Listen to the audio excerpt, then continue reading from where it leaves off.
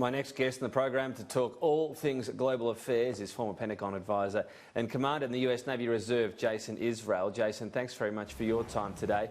Let's begin with NATO, a summit that got a few more headlines than normal. Yes, there was the gossipy moment, if you like, world leaders talking about Trump.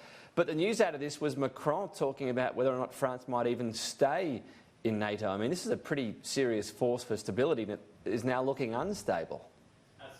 For having me, Tom, and as always, thanks for mentioning my Navy Reserve affiliation. As I'm not on duty, as always, these views are my own. Yes, the NATO summit, there's two real stories here. One is there were a lot of, as you mentioned, gossipy headlines about who was saying what about who.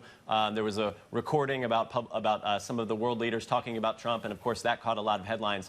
But in the background, the serious issue, as you mentioned, was France really questioning what is NATO's role at this point. And then there's also the question of Turkey and what their role is at this point and whether or not they would play spoiler at this event.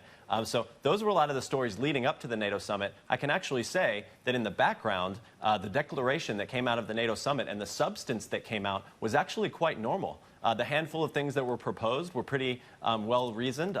They committed again to a 2% 2% of GDP military spending by 2024. So once again, no immediate mandate, something that President Trump always talks about. Things like, as you mentioned, President Macron talking about whether France really wanted to stay, because what is the strategy for NATO these days? The declaration did point out that there will be a new review of NATO strategy in light of what it's doing now, and it had some harsh words for Russia and even some harsh words for China, even though it did also include the word opportunity when it came to Chinese action. So it didn't solely look at the challenges of the Chinese relationship. So you saw a lot of things around the big stories about who said what at NATO, but you did see some very solid and substantive policy decisions that if you're interested in seeing NATO sort of continue in its current form, you'd be pleased.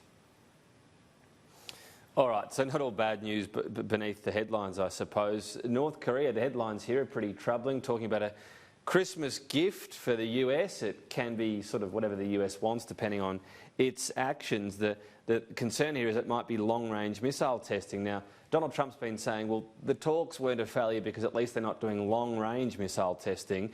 But it's been a pretty busy year for other weapons testing for North Korea.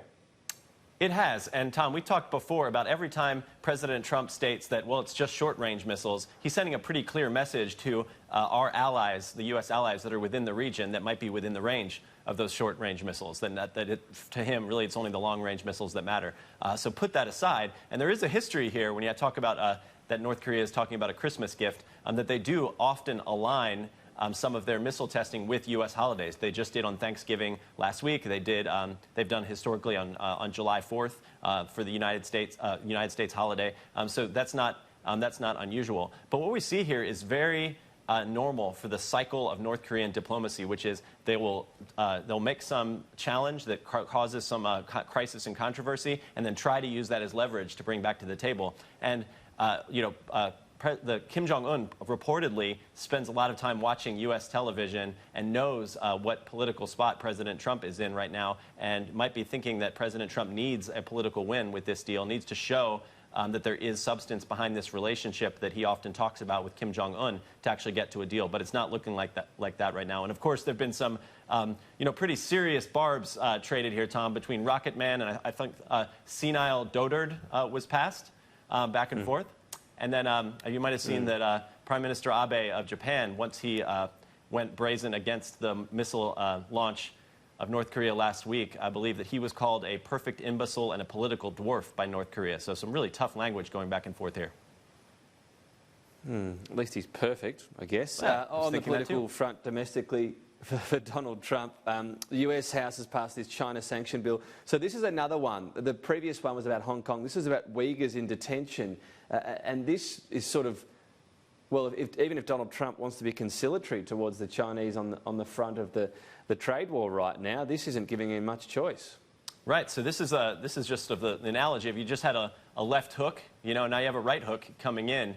When it comes to the U.S.-China trade talks, President Trump, as we talked about, did sign the Hong Kong Democracy and Human Rights Bill, and that, of course, raised China's ire. But you also saw that the Hong Kong protesters during those couple days were holding up signs thanking Trump for having signed that. Shortly after here, and we actually have seen the U.S. Senate pass another bill that was similar to this this bill that is criticizing and condemning China for their detention of Muslim Uyghurs in the Xinjiang region. So just this week, the House passed it by, again, almost unanimous. So you're really seeing, amidst all of the impeachment trials and back and forth between the two parties, a real bipartisan effort to paint China as a human rights transgressor. And China, of course, has come back with very harsh language, as expected. So you'll see this dialogue continue. Well, I mean, not surprising that it's bringing the sides there together, given the ammunition they have when you talk about human rights in China at the moment. Just finally, China as well, but this to do with Russia. The Power of Siberia pipeline, it's quite the name for something that provides gas, but it's crucial for a couple of reasons. It gives Russia this sort of economic hedge, if you like, on not just providing gas to Europe. And are we talking about even more strengthened ties, China and Russia? Absolutely, Tom. One of the things we talk about is every time that President Putin and President Xi meet, which is multiple times per year over the last several years, and we always ask, well, what exactly are they talking about? It's something like this. It's a long-term energy security arrangement in which the Power of Siberia pipeline that opened this week is going to flow natural gas from Russia into China. And it's part of China's having interest in expanding in the Arctic. And the interesting thing is this wasn't a secret. I mean, 2 years ago, China released a plan. We already have the Belt and Road Initiative that we talk about going across the Indian Ocean to influence the world economy in China's favor. But this was the Polar Silk Road that they called it 2 years ago, and this is just a piece of it. So you're seeing Russia increase its power when it comes to the ability to address energy security for China. But then right on its tails, you see the Nord Stream 2, a little bit more calm in its naming, that will flow energy into Germany across the Baltic Sea from Russia, that's scheduled to open soon. So you're not just seeing Russia go toward China, but also toward the EU, and that's actually something that is opposed by most EU countries in the U.S. for Russia's ability to control the energy market in Europe.